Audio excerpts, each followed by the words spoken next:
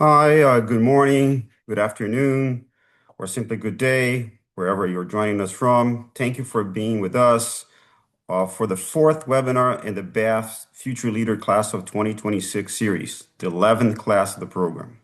I'm Daniel Pino, and I oversee the BAF Future Leaders program. This webinar series was designed to give project teams an opportunity to take a deeper look at their white papers that they presented at the BAF Global Annual Meeting. And we're grateful for the strong interest and engagement the series has generated so far. A couple reminders. Everyone is muted to reduce any noise or distractions during the presentation. Video is also turned off for everyone except our speakers. And the webinar recording will be posted after the session. Some screen navigation options. If you want to ask a question, please use the Q&A button. You can submit those questions and we'll have time at the end. You can also raise your hand under the reaction box if you want to ask a question verbally, and then we will mute you. Well, today's webinar will focus on the Future Banker white paper, which examines the transformation of the way in banking as institutions respond to technology innovation, changing client expectations, increasing regulatory complexity, and growing pressure to address environmental sustainability. Each year, BAF councils submit potential topics, and the board selects those that the future leader developed into white papers. The team's white paper is available free of charge to BAF members in the online store under Member Tools and the Future Leaders white papers. You should have received a link to download with the registration confirmation, but I'll also post the link on the chat. Before we begin, I would like to note that the applications for the 12th class of the BAF Future Leaders program will open in early August. Candidates must be nominated by their BAF member organization, and the application link will be sent to each organization's primary contact. If you have any questions about the program, please feel free to reach out to me. And with that, I'll transfer over to the team. Thank you, everyone. Thank you very much, Daniel, and good afternoon from London. The weather here is slightly different to what it was in Orlando, a little bit colder and a little bit wetter, but hopefully this presentation is no less interesting than what we showed to the conference in Orlando. Thank you very much for joining and coming to watch this presentation. Obviously, we would encourage you to download our white paper, which goes into even more detail than what we will as part of today. But ultimately, we're going to cover some key areas. Ultimately, the key thing was looking to the future of what banking will be and fundamentally who will play a part in that. So we've kind of split it up into the key areas you can see on the screen. So firstly, we're going to cover why the future banker matters, the forces reshaping the banking industry, the next generation of banker preparing for the transformation, and then we're going to talk a bit about the technology and automation. It's worth saying at the start that we're very grateful to those who completed the survey that we sent out. That insight has been incredibly valuable as we've done this work, and also to those who let us interview them and quiz them on what it's like being a senior leader in banking. So a lot of work has gone into this. We're excited about what's come out of it. It is the real look into the future, which is not something we can say very often, but we're quite comfortable that this looks at all the areas that will impact banking in the next sort of generation up until 2050. So with that, I'll hand over to my very capable colleague, Andreas, who will go through the forces reshaping the banking industry. Thank you very much, Rob, and good afternoon from Frankfurt. So yeah, when talking about the future banker, it's also important to look at the broader context because there's a huge transformation ongoing in the banking industry. So yeah, when we conducted our research and the survey and the interviews, we identified 5 key forces that are driving this transformation. So the first one is technology and automation. Second, clients and their expectations. Then we have the transition, the connection between the first 2 forces and the last 2 main forces that you can see on the slide. We have regulation and risk, and finally we have the ESG and corporate responsibility block.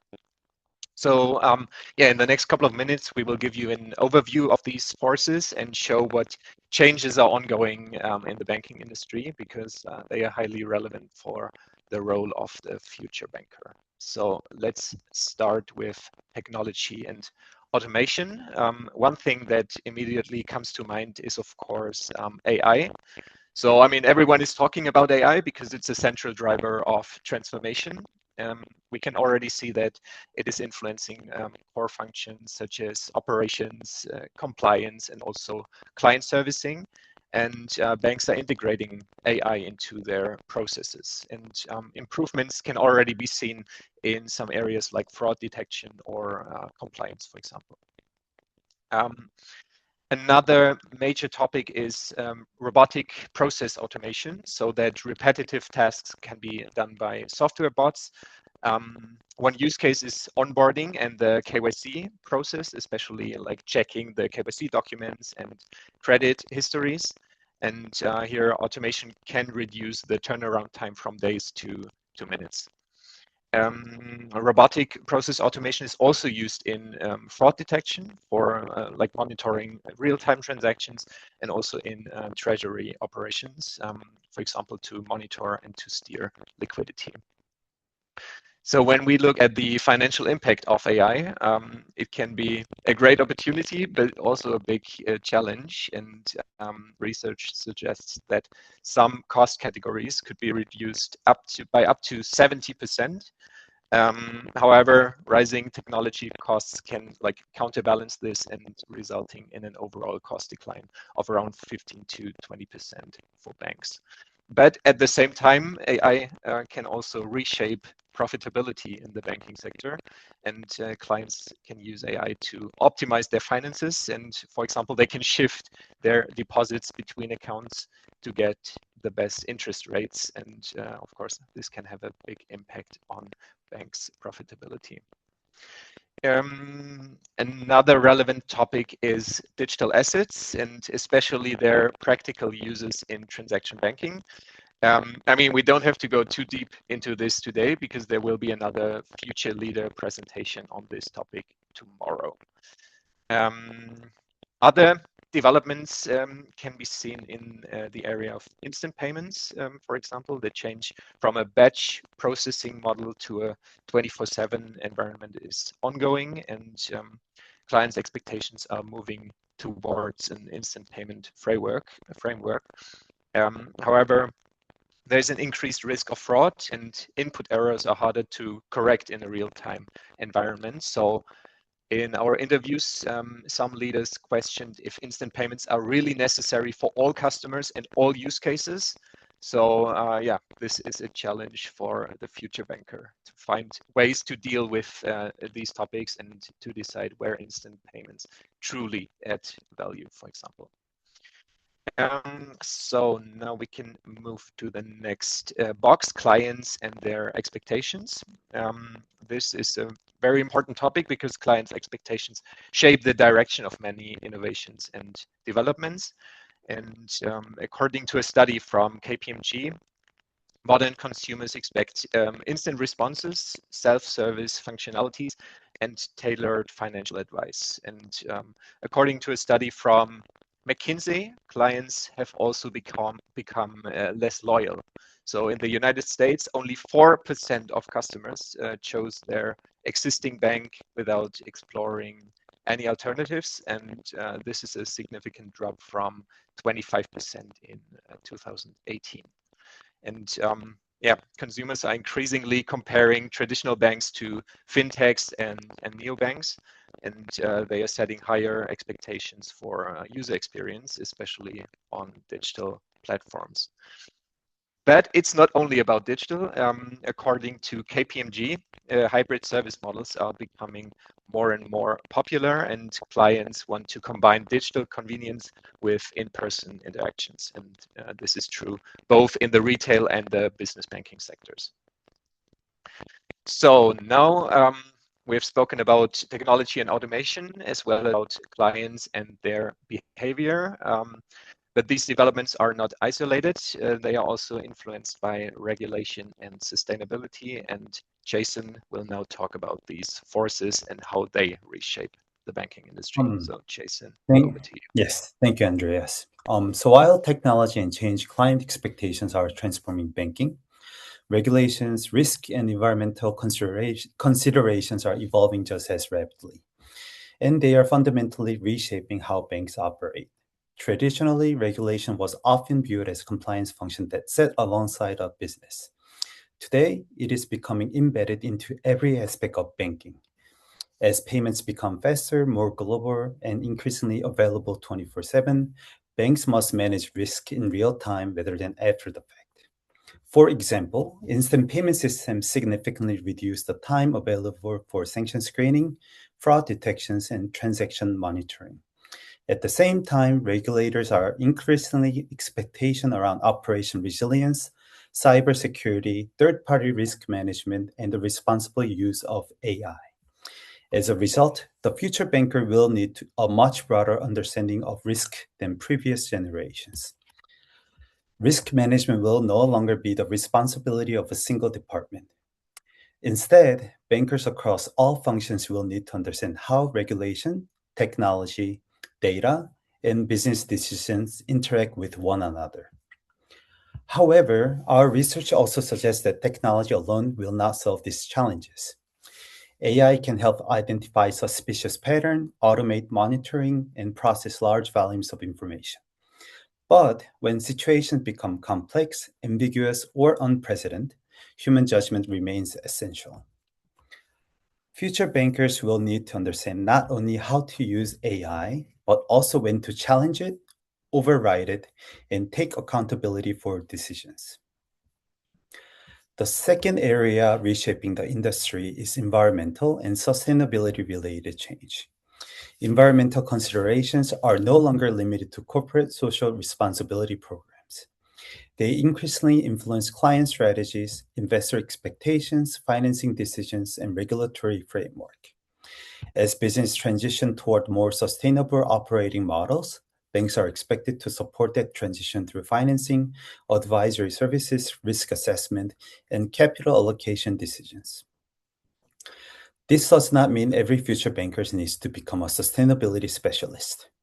However, they'll need enough knowledge to understand how environmental factors affect clients, industries, and long-term business risk. Across both regulations and sustainability, a common theme emerged from our research. The future banker will not simply be a product expert or relationship manager. They will need to balance innovation with responsibility, growth with resilience, and automation with human judgment. In a world where technology can process transactions and information faster than ever before, the uniquely human capabilities of judgment, accountability, ethical decision making, and trust become even more important. But this raises an important question. If the industry is changing so rapidly, what skills and capabilities do today's bankers believe will matter most in the future? To help answer that questions, we surveyed banking professionals across different regions, functions, and levels of experience. Their response provided valuable insights into how the industry views the future banker and the capabilities needed to succeed. With that, I'm going to hand it over to Alex to walk us through the survey findings and what we learned from the current banking professionals. Thank you. Thanks, Jason. And good morning, everyone coming from New York. So before we talk about the future banker, and to be quite frank, when we started off this journey, we asked ourselves a much simpler question, and that was what's changing in banking simply, and what does that mean for us? As Jason alluded, we surveyed banking professionals all across this industry, and actually 64% ranked that technology and automation was the number one force that's reshaping this industry. What we also found was that this transformation and the shift, it wasn't marginal. Our research indicates and suggests that nearly 40% of core skills they're expected to change by the end of the decade. So when we think of skills like adaptability, strategic thinking, complex problem solving, all of these are becoming much more valued. Our survey results, it actually helps to validate some of these findings. So what's interesting is we've seen in hiring priorities or hiring practices, 84% of bankers, they rank strategic thinking in their top 3 skills that they'd want to prioritize. Now, tangentially, as technology becomes much more embedded, so is data literacy. And so while data literacy is emerging as foundational, what we've researched is that both Forbes and McKinsey, they argue that this skill would become critical in the near future. And our survey results actually validates that need because 59% of banking professionals identified it as their #1 skill gap. So if we go to the next slide, I could, summarize some of the overall survey findings, some of the main takeaways. What we found the most interesting, when we asked bankers, what's their #1 challenge, and 48%, nearly half of them said that it's just simply keeping pace with technology. We asked a similar question during the BAFT global annual meeting, and we found that people had challenges not just in understanding technology, but it was also just getting their organization to adapt it. So it was a twofold problem. As I just mentioned, the #1 skill gap that individuals identified was data literacy. That ranked at 59%. What came as a close second was strategic thinking. That was at 57%. And if you see on the third graph, strategic thinking was ranked as the top hiring priority that I mentioned before. And so what that means is that for the same skills that we're prioritizing are actually the ones that we find the largest gaps in, which makes sense. We would hope to prioritize and invest more in the skills where we find deficiencies in.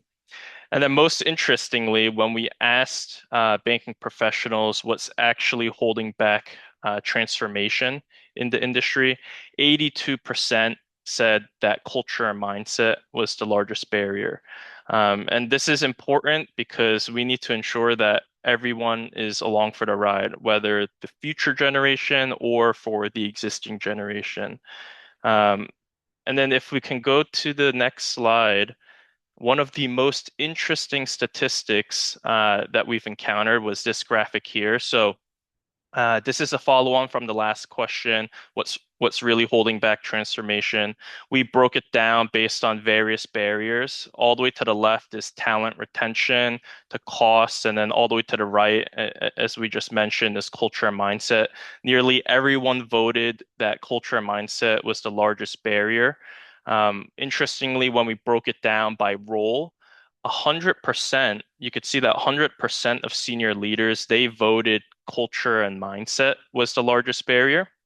But if you look at the graph right next to it, when we asked banking professionals whether or not leadership sponsorship was also part of the problem, 0% of senior leaders saw any issues, while nearly 60% of, on average, everyone else did. And this is important because, leaders have one of the biggest hand when it comes to shaping culture and mindset. And in doing so, they could contribute greatly to transformation.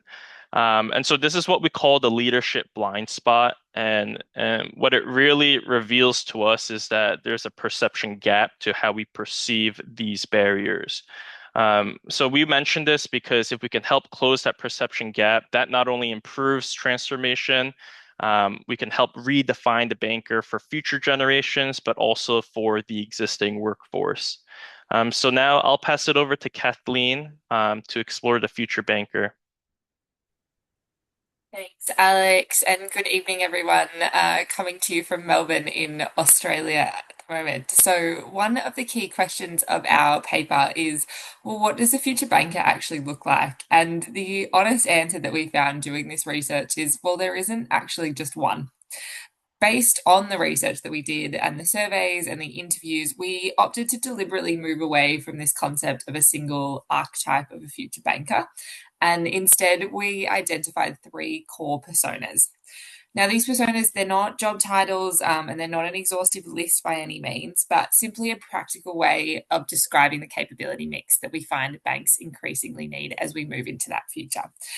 So we'd like to give you a little teaser of them today by introducing you to them. So first, we have Clara, the client problem solver. Now, Clara isn't defined by products, but rather by her curiosity. She understands her clients' businesses' needs deeply. She anticipates issues before they arise and translates complexity into clear and practical, actionable insights. As products become more and more standardized and digital, differentiation is going to shift away from what bankers sell to how well they actually understand a client's business, and that becomes Clara's strength. Next, we have Theo, the translator. So Theo sits between the business and tech teams. Now, he's not necessarily an engineer, but he is fluent enough to connect what technology can do with what bankers and clients actually need it to do. This bilingual capability showed up again and again in our research as an essential skill for scaling products and innovation, but without losing any clarity or control. And finally, we have Rita, the risk anchor.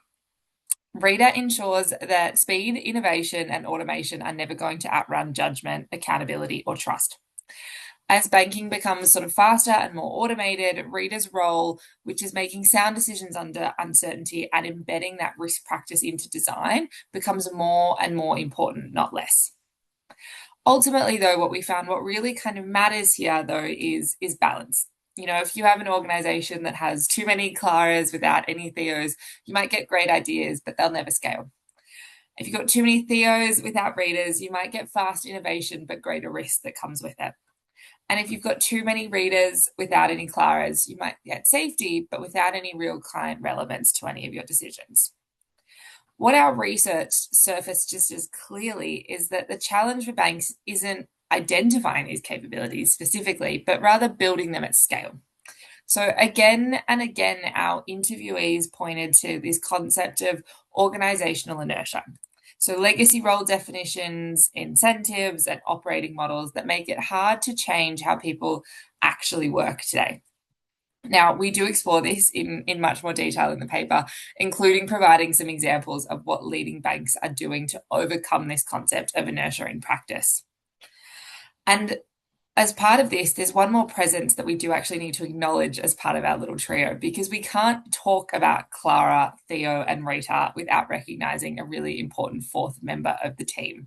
And that is our good friend Claude, or his AI friends more broadly. And that is because Clara, Theo, and Rita understand that technology and AI are not things to be afraid of. And it's because the most successful future bankers will be those that work with technology and use it to amplify their judgment, their insight, and their relationships, not replace them. And that sort of distinction between this notion of substitution and amplification matters far more than some of what these conversations today are assuming. And so to deep dive into that a little further, I'll pass on to Tui to take us through it. Hi, thank you, Kathleen. So I'm in Paris and the weather is good. Now that Kathleen has introduced Claude, the 4th member of the team, let's take a closer look at what it may mean for a role. AI is clearly developing very fast, but the role of the banker is not disappearing. It is deeply evolving. And this is exactly what you can see on this slide, a clear perspective of what AI can enable and where human judgment remains key. On your left, you have AI strengths, in the middle, its limits, and on your right, the human role. Today, technology is capable of analyzing massive volume of data, automate certain decisions, and generate recommendations. But it doesn't do everything. It may not always fully capture the context. It does not carry responsibility, and it should not be relied on blindly. And this is exactly where the banker becomes even more critical. To interpret AI insights, to challenge what the algorithm suggests, and ultimately to take responsibility for the outcome. That doesn't mean that AI is not powerful. It means that it needs to be used with judgment. At the same time, AI also introduced new risks, bias in models, over-reliance on automation, and even gradual loss on critical thinking. So in the end, the real challenge is not just using AI, it's knowing when to trust it and when to question it. And this is precisely where the value of the future banker lies. And now I'm going to pass on to Alejandro. Thank you, Tui. I guess everyone's talking about the weather. I'm in New York, and weather is beautiful today. I wish I were having this. I were having this outside, but I'm here to. I'm going to spend the next 2 minutes here because we've seen the personas, we've seen some of the data and challenges, and I think it's clear that technology is a number one force. It's clear that culture is one of the main barriers. This gap is real, and we acknowledge it. If you attended the BAFT in Orlando, and I took some notes here, we saw that in one of the keynote sessions, Vince from TD Bank, their head of transaction banking, mentioned how he's using AI to change. There was a panel after that on the next change and the next era panel that showed data usage and automation was what 43 to 44% of people saw as the number one risk going forward. So I'm going to spend the next 2 to 3 minutes on a different question, not what is changing, but what do we do about it? And are we getting it right? So here are some findings that should make us a little uncomfortable. So you saw in the previous slides that about 59% of the banking professionals in our survey identify data literacy as the number one skill gap. What's the most common response that we do, right? We do e-learning, self-paced modules, online certifications. Look, those are great, fantastic. But when we asked the same people what works for them, 91% included on-the-job learning and stretch assignments in their top three. 68% said mentorship, coaching. And when we asked them, well, what about digital self-paced learning? 18% put it as their top three, and only 2% ranked it as their number one method. So I hope these insights have you thinking about the training programs in your institutions. Are you doing online modules only? They can be great, again, but if all that you're doing, you're investing in a solution your own people say does not work. And at that point, your institution is not going to have a technology problem. That becomes a leadership decision problem. So the banks that will get ahead are not necessarily the ones that buy the best technology. Every large institution today has the same access to the same tools. What will really set banks apart is how thoughtfully they decide what people should focus on once technology handles the routine stuff. On the other hand, institutions that are going to get caught off guard are not the ones that fail to buy the right technology. Again, these are not problems that are going to be solved by buying more Claude tokens. The ones that will be get caught off guard are the ones that did not invest in people as equally as they invested in those platforms. Because you need people to learn how to govern, translate, and apply them. So thank you very much. We're going to address some questions now, and please download our paper, which has a lot more details on all the topics that we covered today.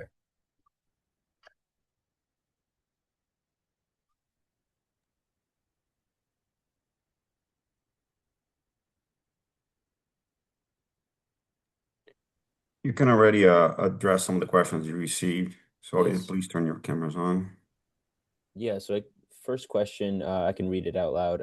Trade finance is notoriously known for its graying hair. True. Does the transition force analysis take that into consideration? As a lot of industry and institutional knowledge may be lost in the process. I can start off. I mean, our paper touches on this. The adaptation is twofold, right? You need to take into account the AI adaptation and the impact that would occur with the bank, within the bank or any company. But you also must take into account the age gap and the aging workforce and the fact that you want to retain the expertise in that aspect as well. So like I said, it's a balance of both. You can't go fully on one, as you will lose the expertise on the other. But I'll let my colleagues jump in if they have any additional information. Yeah, I think the point there as well is about knowledge sharing and how important it is for those who have had long, successful careers to ensure that that knowledge doesn't leave with them. So there's a constant sort of passing on of knowledge, which is key throughout our careers. So, for example, for those of us perhaps in the spring of our careers, it's beneficial to learn from those who may be in the twilight. So there's no reason that with the exit of an individual who's had that experience, that the knowledge has to go with them. So again, it's about how organizations encourage that handover of knowledge to ensure there's no gap left over. So the next question is there room for a legacy persona? That is those who won't change for whatever reason, but will still stick around for some years. By legacy persona, I guess what you're saying is not changing or not adapting to the technology advancements. I would say yes, not in the future banker personas that we've specified, but that's definitely something that would stay as a transition period, right?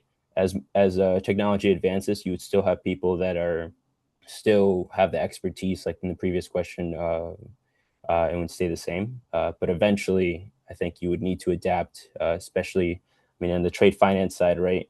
You have third-party platforms, you have more advancements that are occurring that are really developing this industry. So you need someone that's going to be able to adapt to these technologies and so forth. I add, Julio, to that. Well, we didn't necessarily define it as a persona as such. We do have quite a detailed section in the paper around that concept of challenging. I think we actually called it challenging legacy thinking, and overcoming that concept of inertia that is sort of well recognized and well understood, that there always will be people who take the view that what they have always done is how they got to where they are today, and so don't necessarily view the same need to change as their organization evolves. So we do have a sort of a section in the paper that kind of details some strategies and some research around how some successful organizations are overcoming that, both at a cultural level and also at an individual level too.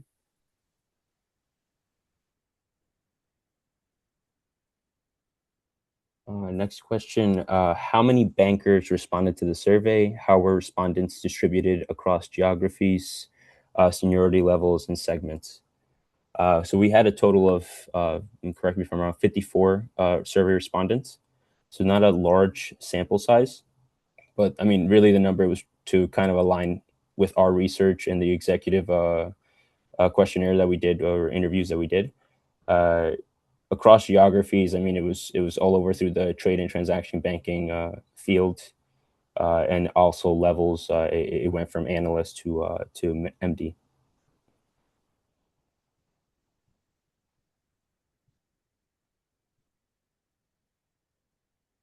Next question, does a new joiner pick or fall into a persona or rotate through them?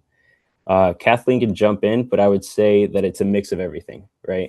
We're not looking at one specific persona. The whole point of it is to show each persona individually supporting the future banker. Yeah, I think as we looked into this as well, there was a concept that kind of kept coming up in a bit of our research and our discussions and some of our interviews, that a future banker is defined less by a role-based definition and more around skills-based organizations, hence kind of the decision to sort of align those three personas more around the natural skills that someone brings into the table. That's not to say that people can't shift between them, and that whole piece in and around balance is critically important, but identifying the right mix of those individuals that sort of are naturally serving that role in an organization becomes critically important. So it's more around, as I said, the skills, the insights, the knowledge, things that they bring, rather than specifically defining them in a role or a job title going forward. It's more around that ultimate sort of capability mix.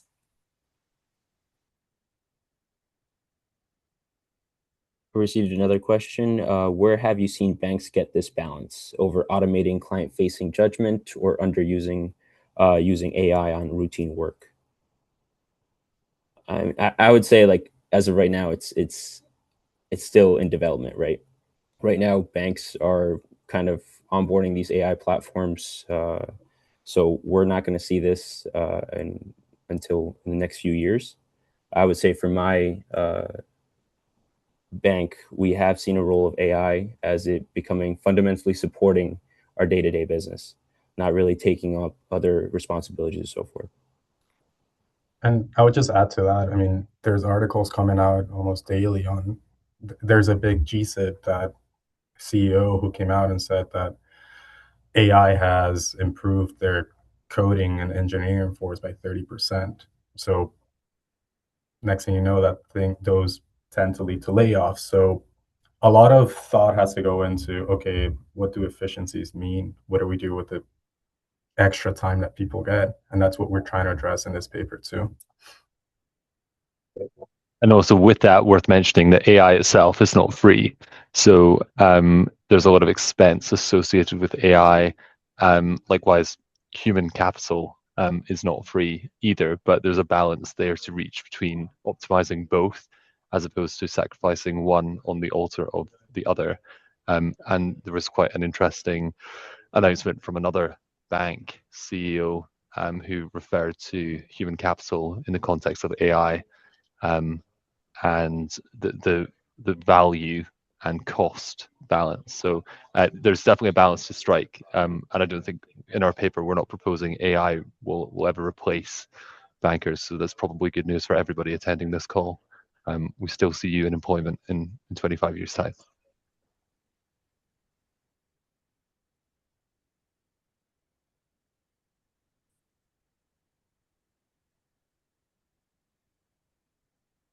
Just got another question. How do interviews for strategic thinking in early career hires?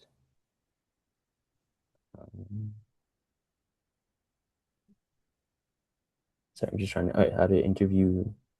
So I think I would say, I would say the skills that we saw in our survey was adaptability, strong judgment, being risk averse and so forth. And then just, like I said, having the technology savvy and the expertise.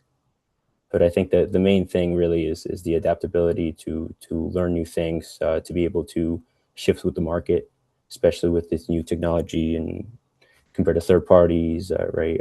AI and things like that. Yeah, and I think building on that, quite often, I think what we saw in some of the research is if the skill isn't within the current workforce, then the skill must sit outside, and therefore there's a bias towards perhaps externally hiring for that, whereas actually, particularly with new hires or those at the beginning of their career, that's a fantastic opportunity to help them with the skills that they'll need going into the future so that they can grow with the organization, as opposed to always having to sort of outsource that or bring it in. Yeah, I think we in the paper sort of talked to exactly what you've said there, Rob, around tends to be an over-index on hiring in a specific skill. And I think we reference the Future of Jobs reports that talk about I think it's roughly 40 to 50% they expect of core skills required to support roles such as banking will change over the next 10 years. And so it focuses more around when you're hiring, assessing someone's ability to learn, intellectual curiosity, those sort of elements, because that is the type of individual that can be molded into what you need out of that from an organizational perspective. Yeah, and I would just add that in our paper, we explore different recommendation and suggestions when it comes to interview style questions. So, historically, and I think we've all been there, whenever we hire for, let's just say, new talent or early talent, it might be as simple as walk me through your experience or walk me through a deal that you played a hand on. But we want to switch the style, transition the style so that we present them with maybe circumstances and ask them more broad and open-ended questions. How would you navigate through certain challenges if you were put into X, Y, and Z environment? Something that really shows the way that they're thinking and how they would adapt to an environment. And so we do address a lot of recommendations and strategies when it comes to early hire interview and recruitment strategies, all of which is very detailed in the white paper.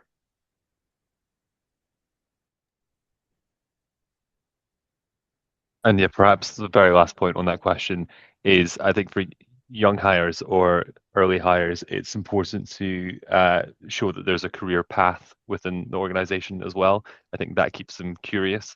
Quite often on graduate schemes, for example, there's a lot there for the 2-3 years that you're doing the grad scheme, but then there's almost like a drop off, and then you're in among the organization and can perhaps get lost, or the perception is slightly forgotten about. So it's about keeping those hires who are talents or who are engaged and keen to grow, keeping them sort of clear on where they can grow within the organization. Otherwise, yeah, the tendency is to then look beyond the organization if there's no growth there.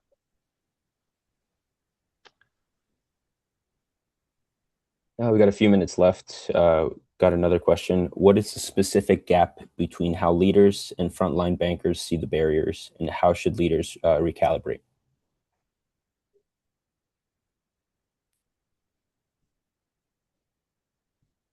I can tackle it from like I present it how, look, how do we train people, right? And if we go specific on, let's just put AI as an example.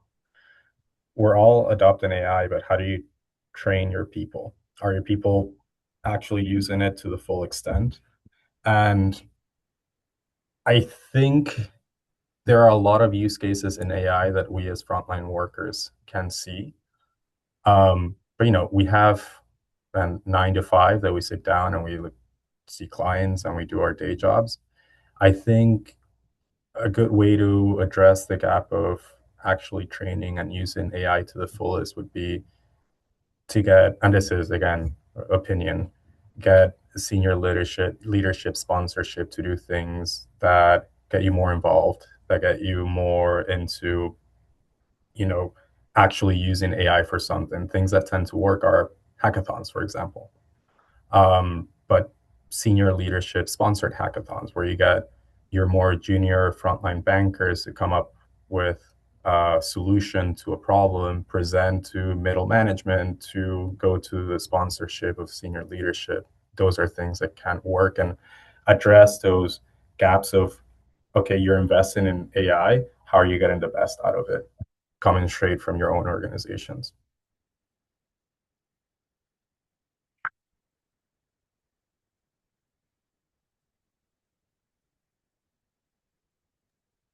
I think we have time for one last question. I'm seeing here relating to facing banking functions. If the use of AI is going to narrow the gap of product knowledge, will this also lead to a convergence of product sales and coverage and relationship roles? I would say, I'm on the origination side for product. I would say it does. It would definitely support and enhance your day-to-day work, which would allow you to meet more clients, market more of your products. So I think hand in hand, it would a bit move it more to a front office coverage role, but specifically for the product side, right? It gives you the ability to be more productive, meet more clients instead of doing the day-to-day business. And I would add to that, as long as your data is clean, because your AI is only going to work as well as the data that you feed it. Exactly.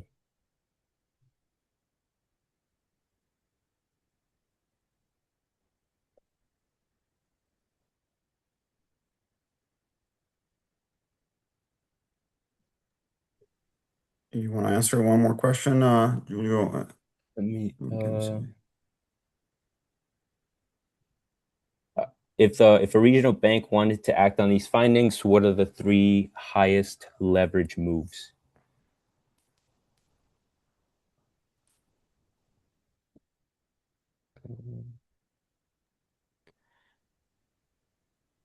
I would say what I would think is obviously investment on AI, on technology, as we're seeing more and more banks and institutions do this, of course. But like we said, it needs to be a balance. You need to prioritize your workforce, having them adapt, training classes, going to conferences, trying to learn and be able to kind of use these technologies to better enhance the overall company. I'll let my colleagues add on if there's anything else. I can jump in for one that we just sort of spoke about before, but it's kind of adapting those hiring and talent strategies as well to sort of position for the types of individuals, the types of capabilities, and that skill matrix that you are looking for inside the sort of banking workforce, and start to kind of complete that sort of assessment as to what does the overall kind of workforce look like? What are those skills buckets? How do they align to the types of capabilities and things that you need in an organization moving forward, and look at that both from the senior leadership all the way sort of down to your more junior and emerging kind of talent coming through the space as well.